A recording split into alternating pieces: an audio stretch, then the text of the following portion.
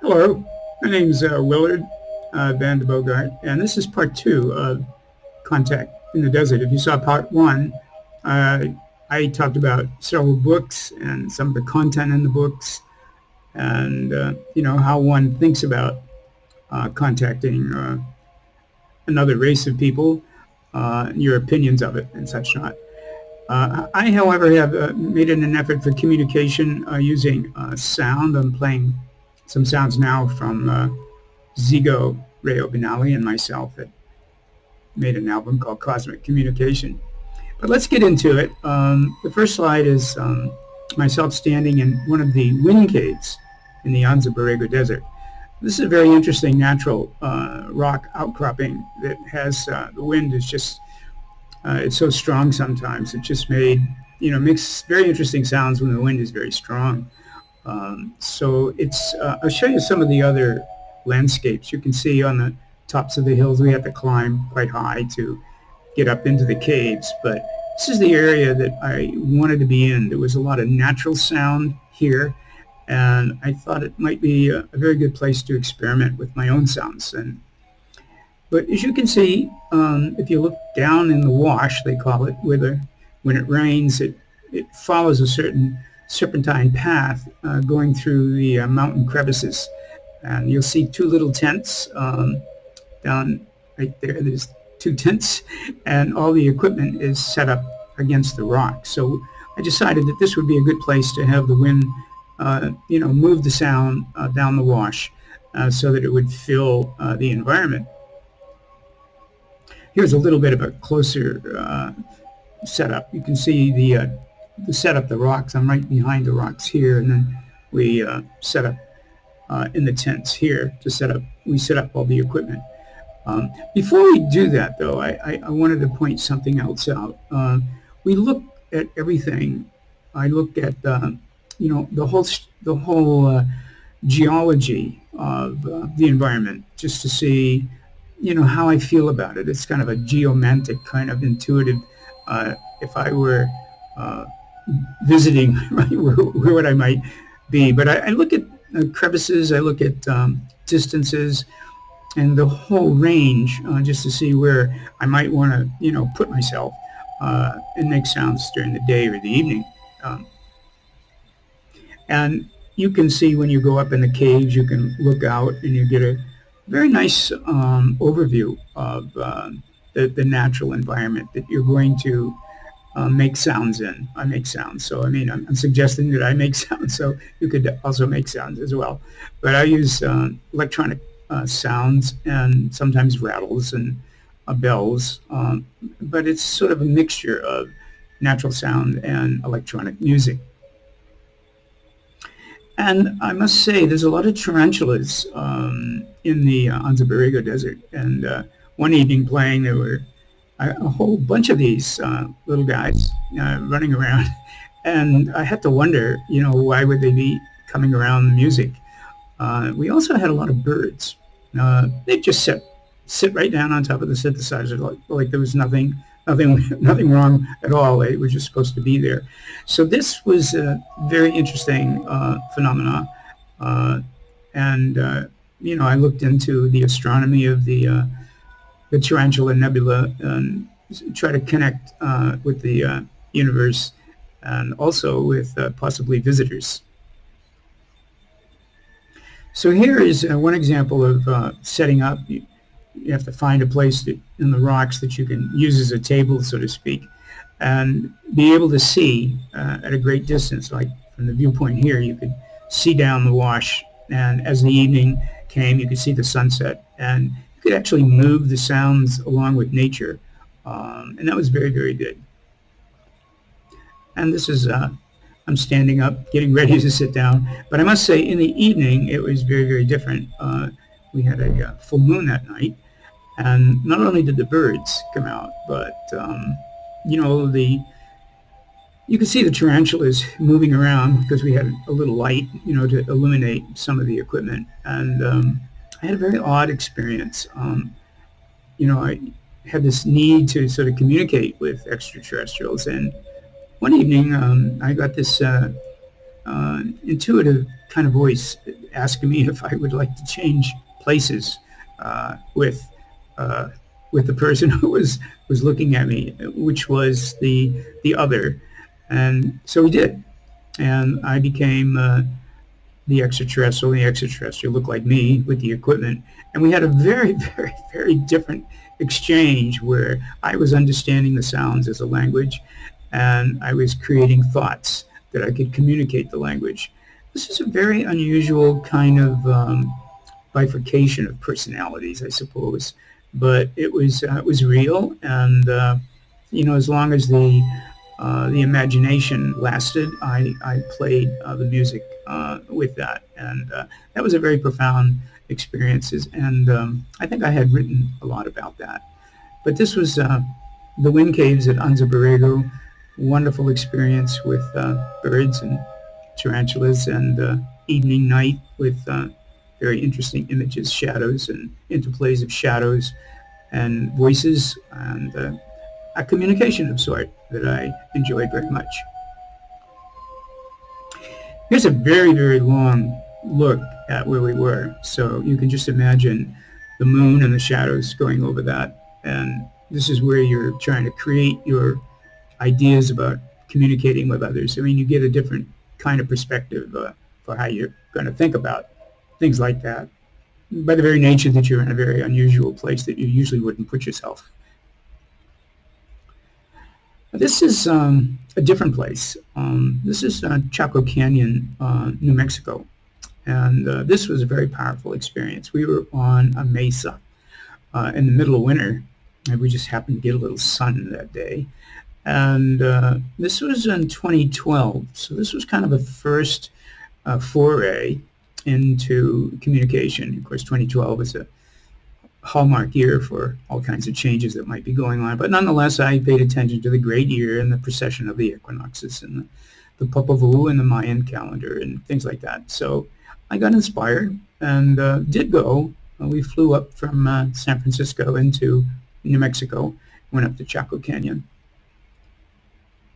And of course, the mesas are up there, and you can see the snow. So the vista is very, very similar, but it's flatter than we had at Anza Borrego. And trying to find a place to sit or just to put the equipment was a little bit more difficult than Anza Borrego. We didn't have too many easy places to sit down. And you can see how cold it was, but the sun was out. It wasn't too bad. And this was going to be the Pueblo Indians, or the ancient Puebloans, are going to have a winter solstice ceremony, which I attended, and went on top of the mesa about 4 in the morning, which is when I started receiving very, very interesting voices asking me to represent their knowledge with sound, and I was flabbergasted over that. And I did publish 8 papers, or 4 papers published in the UK. So the Chaco Canyon thing was very, very, very interesting. And then another desert that I have gone to is the Joshua Tree National Forest. And of course, Van Tassel had built the Integratron and went to the Great Rock, and it's all been documented quite nicely. I've been there several times, and it exudes a very, very odd feeling. When you go, I think I'll just show you some of the rocks. We had a lot of rocks here, so wasn't too problematic to set tables up around the rocks. But in this particular situation, I arranged all the speakers in a geometric fashion, and I had my back against the rocks, and it was sort of a rebound the sounds off the rocks down, going south into Wilson Canyon. So I tried to create sounds that would keep on moving. But this was a very different experiment. I was working with Scott Forshore in the UK, who is a quantum algorithm designer. And what we did was let me see if I'll go forward. I'll go forward. This is the petroglyph. So we figured we got the dating of the petroglyphs. Maybe it's hard to say, but we picked a year, and then what we did then was we went to an astronomy software package, and we plugged the year in, and we turned back the starry heaven so that we could get a star chart approximating maybe where the petroglyphs, when the petroglyphs were drawn. And then we took these two images and we digitized them and put them into a quantum computer. And the idea, the algorithm was to compare images of the petroglyphs with stars to see if there would be some sort of collaboration between, or a story that could be told between stars and petroglyphs. And when we ran that through the computer, we got an audio feed, and we also got a digital printout of characters, which I'm not going to show those, but the audio feed we did, and we actually played the audio in the well, I'm going too fast there. Played the audio in the area, and the sound was a result of combining the stars and the petroglyphs, and the sound psychologically did a lot, changed a lot in my mind. Everything became very fluid. The rocks seemed to become softer and blended with other natural phenomena, trees and the wind, and all of a sudden there was sort of a very strange language that happened when you could see everything moving together and hear the sound at the same time. It was sort of like you could hear the language of nature actually talking.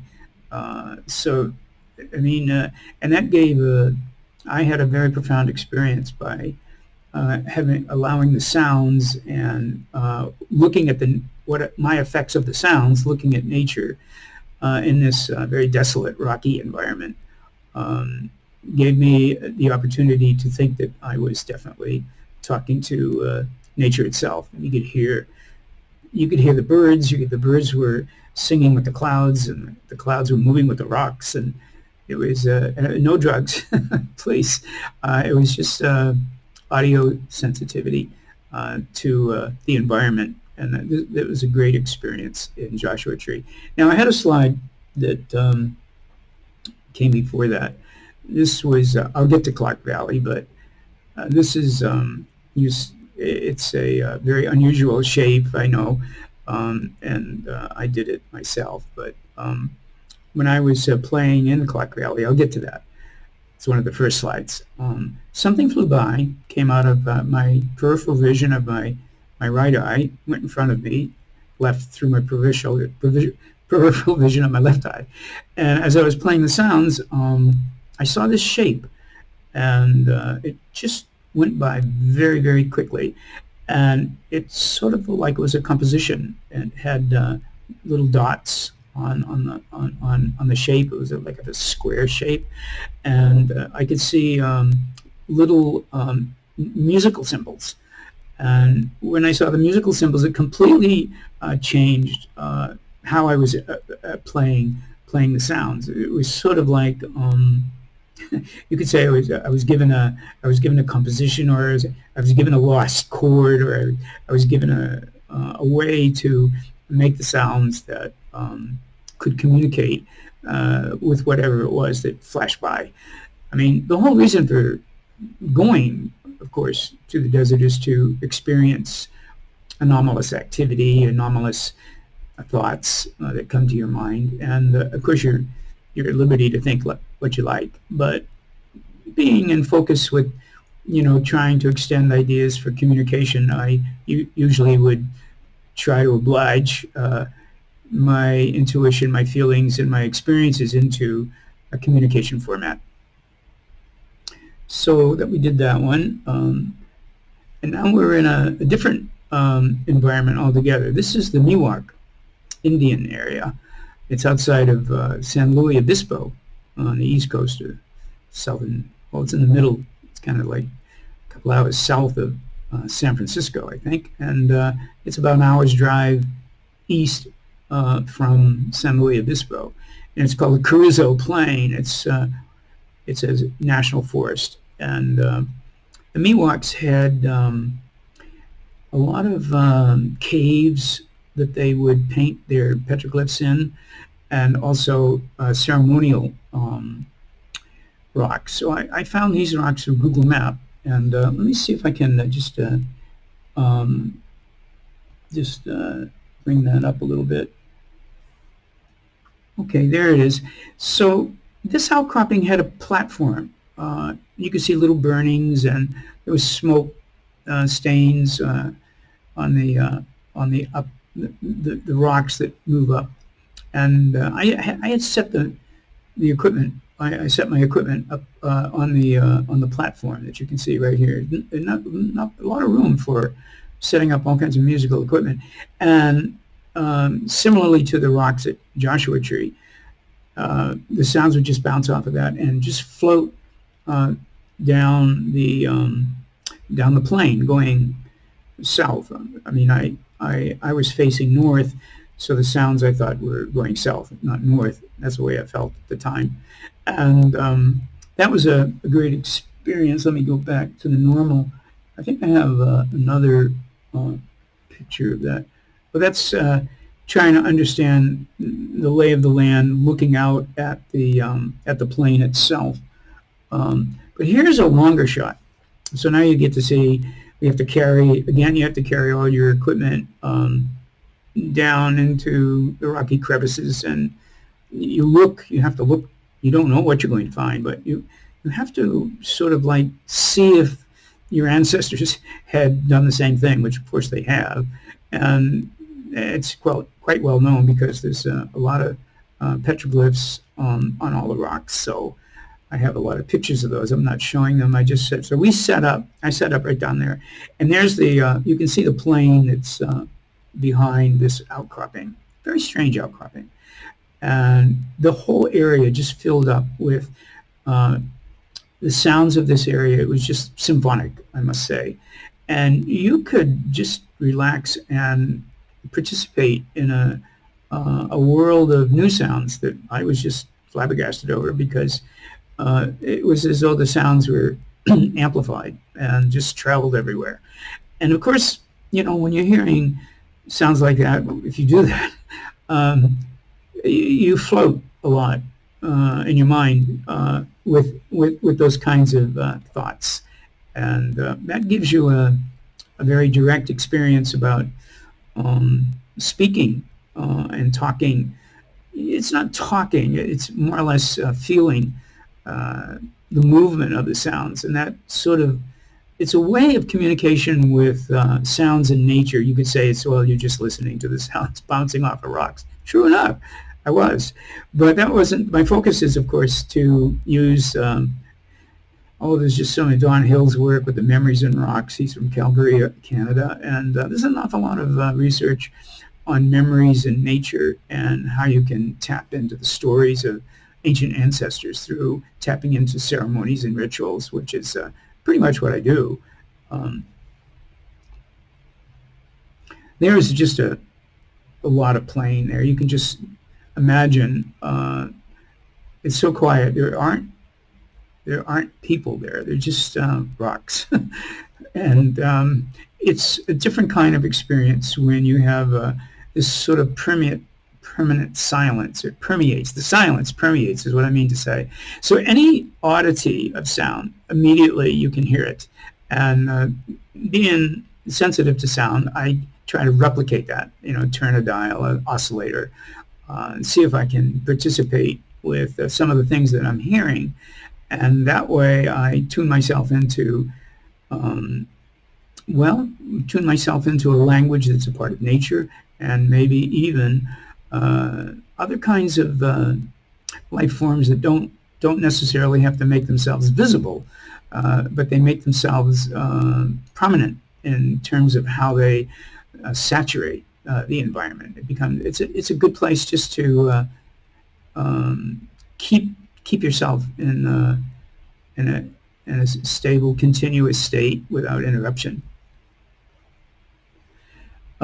This is a different kind of place. This is Yucca Valley.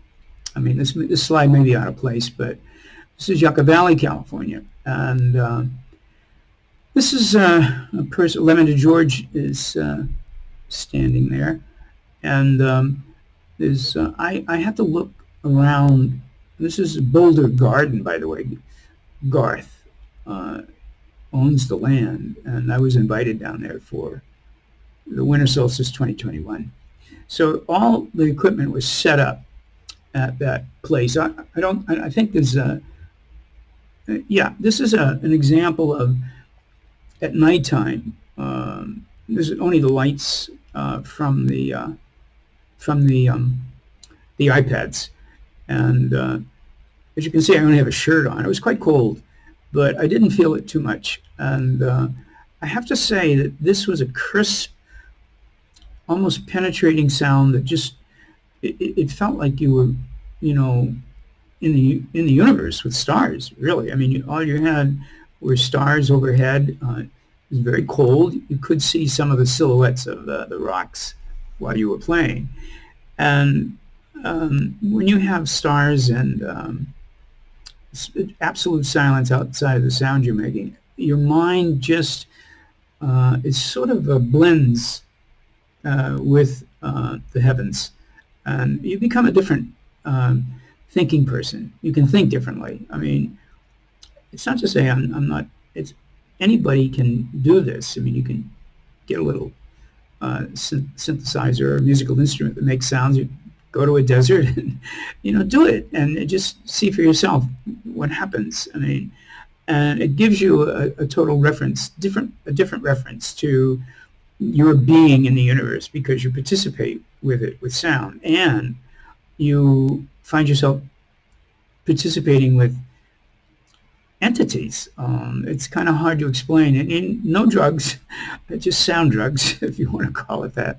But you feel very different, because you're sort of playing with the stimulus that you're getting from the actual environment. And this is Clark Valley. I'm switching around. I had trouble organizing the slides on the iPad, but this is the Clark Valley in the so the northern Anza Borrego. I was more or less in the southern part before, when we had the tarantula, and let me see, the Coyote Mountains are on my right, and I think I have another one. The Santa Rosa Mountains are on my left. Again, the reason for the placement here is the valley. It's called Clark Valley in the Anza Borrego Desert on the northern side, well, where the mountains are. And there's between the two mountains, this is it's not a gully, it's a valley. That's why they call it Clark Valley. And it goes east for, oh my gosh, maybe 10 miles or more.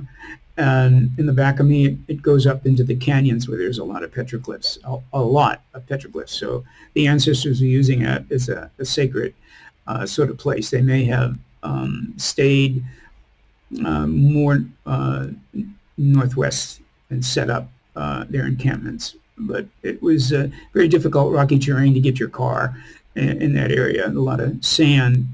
You don't want to get stuck, which we did once.